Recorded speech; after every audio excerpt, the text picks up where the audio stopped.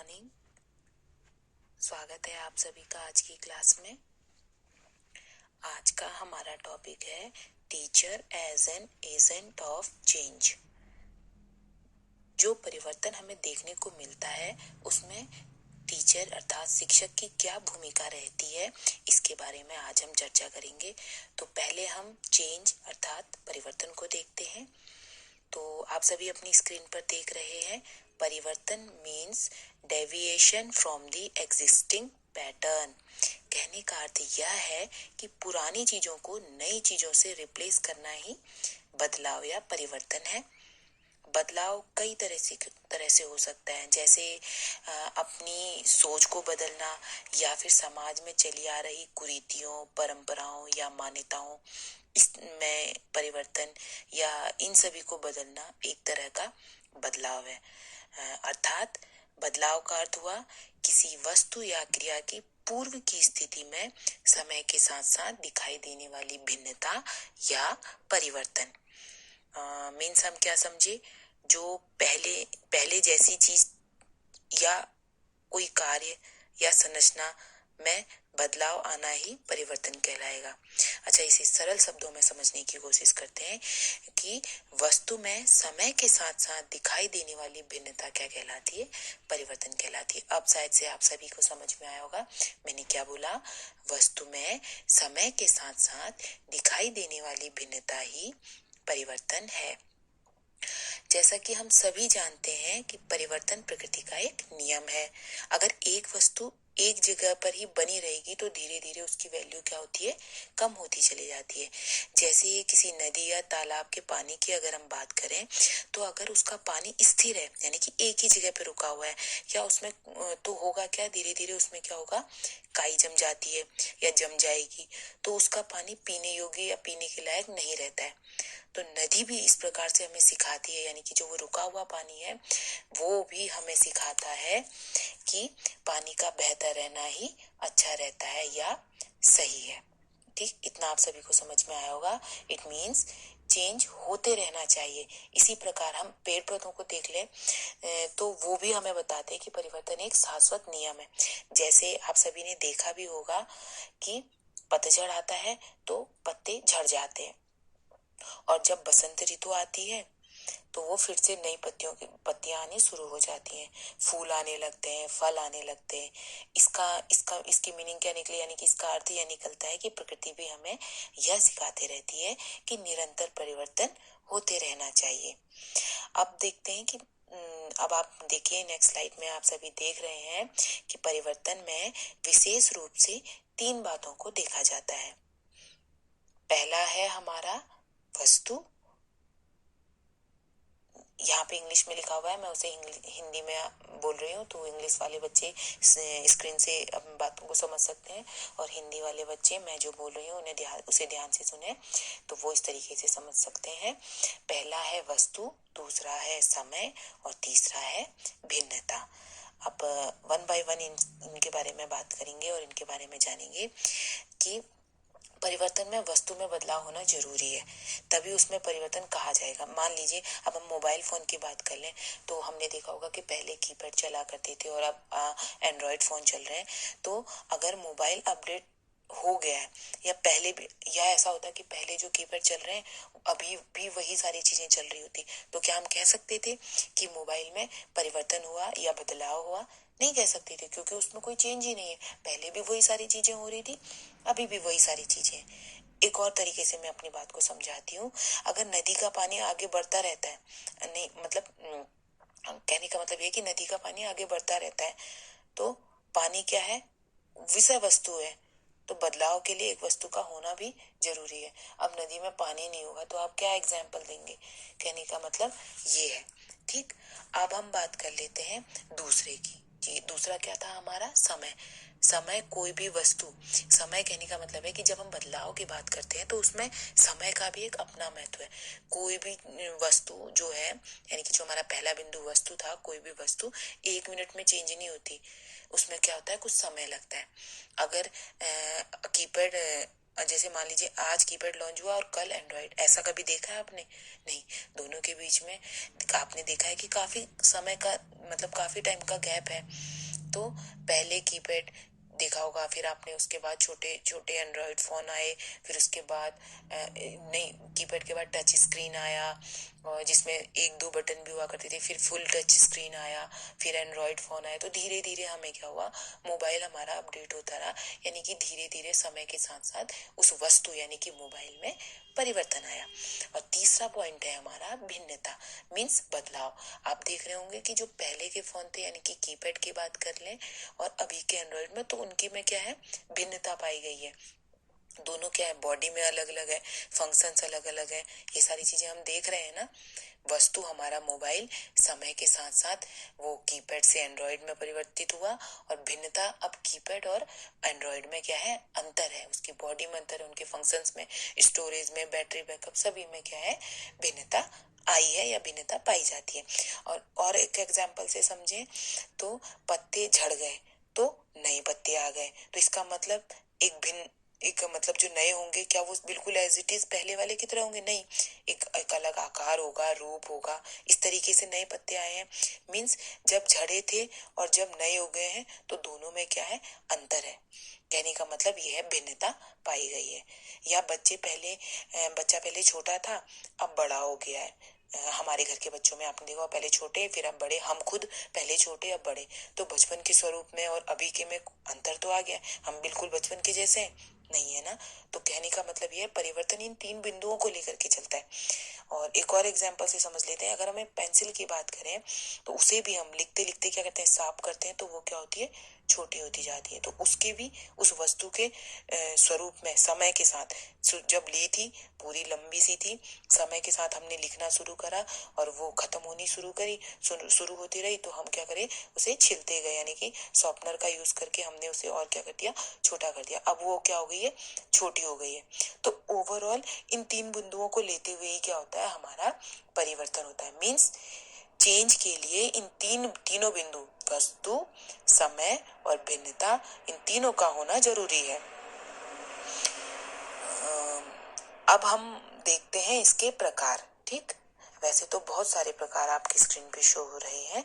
अब हम क्या करेंगे, वन बाय वन इनको समझने की कोशिश करेंगे, जिसमें पहला है हमारा परिवर्तन के प्रकारों की बात कर रहे हैं। पहला है हमारा सामाजिक परिवर्तन। ठीक, मीन्स समाज में चली आ रही रूढ़िवादिता, मान्यताओं में परिवर्तन आना क्या कहलाएगा, हमारा सामाजिक परिवर्तन कहलाएगा। अब हम दूसरे बिंदु की बात करते हैं, जो कि है सांस्कृतिक परिवर्तन। इसमें हम देखते हैं कि सांस्कृतिक मूल्यों में परिवर्तन जब आता है, तो वो हमारा क्या कहलाएगा, सांस्कृतिक परिवर्तन कहलाएगा। किसी समाज में जो गहराई से व्याप्त जो हमारी संस्कृति होती है, सभी जानते हैं कि संस्कृति क्या है, समाज में बहुत डीप में मतलब समाज उसे पकड़े रहता है। उसका समग्र रूप का नाम होता है हमारी संस्कृति। समाज का समग्र रूप क्या कहलाता है, हमारी संस्कृति कहलाता है, जो समाज के सोचने, विचारने, कार्य करने के स्वरूप में अंतर। और हर समाज में हमने देखा होगा कि उसके सोचने, विचारने, कार्य करने का तरीका जो होता है वो अलग अलग होता है, वही हमारी क्या कहलाता है, संस्कृति कहलाता है। अच्छा ठीक है, चलिए शॉर्ट में इसे समझते हैं। तो अगर हम किसी वस्तु को यहाँ तक जहाँ तक संस्कारित या पुरस्कृत कर देते हैं, मतलब उसका जो अंतिम उत्पाद होगा वो हमारी प्रशंसा या सम्मान प्राप्त करना हो, तो वो हमारी क्या होती है, संस्कृति होती है। यानी हम उसे इतना बेहतर बना लेते हैं जिससे हमें प्रशंसा या सम्मान की प्राप्ति हो, तो वो हमारी क्या कहलाती है, संस्कृति कहलाती है। क्योंकि प्रत्येक समाज अपनी संस्कृति को मतलब बढ़ाने की हमेशा कोशिश करता है। तो इन सभी चीजों में जब बदलाव आने लगता है, तो वो हमारा क्या कहलाएगा, सांस्कृतिक परिवर्तन कहलाएगा। यानी कि संस्कृति में ओवरऑल परिवर्तन क्या कहलाएगा, सांस्कृतिक परिवर्तन। अब हम नेक्स्ट पॉइंट की बात करते हैं, धार्मिक परिवर्तन। तो धार्मिक मान्यताओं में जब परिवर्तन आ जाता है, तो वो धार्मिक परिवर्तन कहलाता है। नेक्स्ट है राजनीतिक परिवर्तन। इट मीन्स राजनीतिक व्यवस्था में आने वाला परिवर्तन राजनीतिक परिवर्तन कहलाएगा। उसके बाद है हमारा आर्थिक परिवर्तन। तो आर्थिक स्थिति में परिवर्तन, या हम कह लें कि अर्थव्यवस्था में परिवर्तन आ जाना हमारा आर्थिक परिवर्तन कहलाएगा। जैसे कोविड की वजह से हमारी अर्थव्यवस्था में परिवर्तन आ गया, हम सभी जानते हैं, तो वो हमारा क्या कहलाएगा, आर्थिक परिवर्तन कहलाएगा। अब हम नैतिक परिवर्तन की बात करें तो नैतिक मूल्यों में परिवर्तन, जैसे हम सभी ने देखा भी होगा कि शुरुआत में विद्यालयों में या जो हमारे विद्यार्थी हुआ करते थे वो गुरुजनों को या अपने से बड़ों को प्रणाम, नमस्कार, ये सारी चीजें करते थे, पर अब ये सारी चीजें गुड मॉर्निंग, इन सारी चीजों में बदल गई है। तो ये हमारे क्या है, नैतिक मूल्यों में परिवर्तन है। नेक्स्ट है हमारा लैंगिक परिवर्तन। तो इसमें देखते हैं कि हमारे समाज में ये बुरी तरीके से फैला हुआ है। मेल फीमेल को लेकर के बहुत सी धारणाएं बनाई गई हैं, रूढ़िवादियां व्याप्त हैं, मेल फीमेल में भेदभाव किया जाता है, गर्ल्स को बॉयज से कम आंका जाता है, महिलाओं को कई चीजों से वंचित रखा जाता है, उन्हें कमजोर समझा जाता है, फीमेल को मेल के समान अवसर ही प्रदान नहीं किए जाते। समाज में तो समाज में जो है गर्ल्स बॉयज इन सारी चीजों में बहुत ज्यादा लैंगिक रूप से भेदभाव देखा गया है। तो इन सभी चीजों में बदलाव कराने की आवश्यकता है। ठीक, इसमें बदलाव करने से लैंगिक समानता लाने का प्रयास करना चाहिए, जिससे कि मतलब ये सारी चीजें जो रूढ़िवादिता चली आ रही है, मेल और फीमेल की को लेकर के जो रूढ़िवादी सोच चली आ रही है, जब हम इनमें बदलाव करेंगे तब हमारा क्या होगा, वो हमारा क्या कहलाएगा, लैंगिक परिवर्तन कहलाएगा। ठीक है, इतना आप सभी के समझ में आया होगा। ठीक है, आया सभी के समझ में। चलिए, कोशिश यही की गई है कि आप सभी को समझ में आया होगा। अब नेक्स्ट हमारे जो स्लाइड आप सभी के सामने शो हो रही है, उसमें हमारी बात की गई है परिवर्तन में शिक्षक की क्या भूमिका है। It means teacher as an agent of change. तो इसमें हम बात करते हैं कि बच्चा सबसे पहले परिवार के बाद स्कूल में जाता है और वहाँ टीचर उन्हें पढ़ाते हैं। तो जो टीचर होते हैं वो बच्चों के दिलो दिमाग में बहुत गहरा प्रभाव डालते हैं।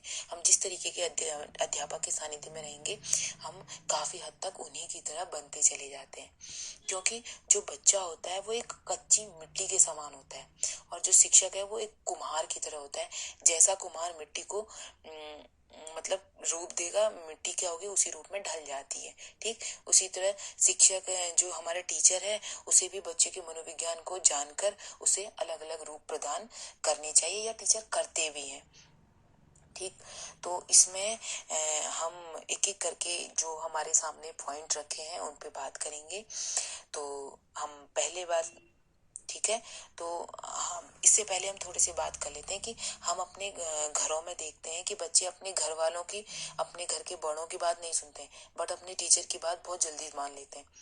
तो बात बात मतलब टीचर ने जो कह दिया वो बच्चों के लिए क्या हो जाती है, पत्थर की लकीर की तरह काम करती है। इसलिए तो टीचर इसलिए जो टीचर कहते हैं वो उसे अपने जीवन में अपनाते हैं। इसलिए हमें हमें पता चलता है कि टीचर का बच्चे पर कितना प्रभाव पड़ता है, क्योंकि जो टीचर ने कह दिया, आप सभी ने देखा भी होगा, अगर आप घर पे अपने घर के छोटे भाई बहनों को या बच्चों को पढ़ा रहे होंगे, उन्हें कोई काम दिया गया है, आप अगर उनके टीचर के तरीके से थोड़ा हटके उस तरीके से उस बच्चे को वो काम या बताने की कोशिश करेंगे, तो वो कहेंगे नहीं, आप ये गलत तरीका बता रहे हैं, हमारे टीचर ने तो इस तरीके से बताया। इट मीन्स टीचर का रोल बच्चे की लाइफ में इतना ज्यादा होता है। इसलिए शिक्षक को अगर कोई भी चीज लाना है तो वो बहुत आसानी से ला सकता है। ठीक, इसके लिए वो लैंगिक असमानता को खत्म कर सकता है, वो बच्चों को बहुत अच्छा बना सकता है, बच्चों को एक अच्छा नागरिक बनाने में टीचर का बहुत बड़ा योगदान है, महिला सशक्तिकरण की तरफ कदम उठा सकता है। तो इस तरह हम देखते हैं कि जो टीचर है बहुत सारे चेंज ला सकते हैं हमारे समाज में, बहुत सारे परिवर्तन के लिए टीचर एक एजेंट के रूप में कार्य कर सकते हैं। अब शिक्षक को किन किन रूपों में परिवर्तन, यानी कि शिक्षक जो है वो किन किन रूपों में परिवर्तन ला सकते हैं, ये जानने के लिए हम आगे वाले पॉइंट्स को आगे अपनी स्लाइड में इन सारी बातों को डिस्कस करेंगे। और वन बाय वन जो आपके सामने पॉइंट्स रखे गए हैं, इनको एक एक करके हम समझने की कोशिश करते हैं। ठीक है, पहला है हमारा प्रभावी व्यक्तित्व से। एक टीचर का व्यक्तित्व प्रभावी होना चाहिए।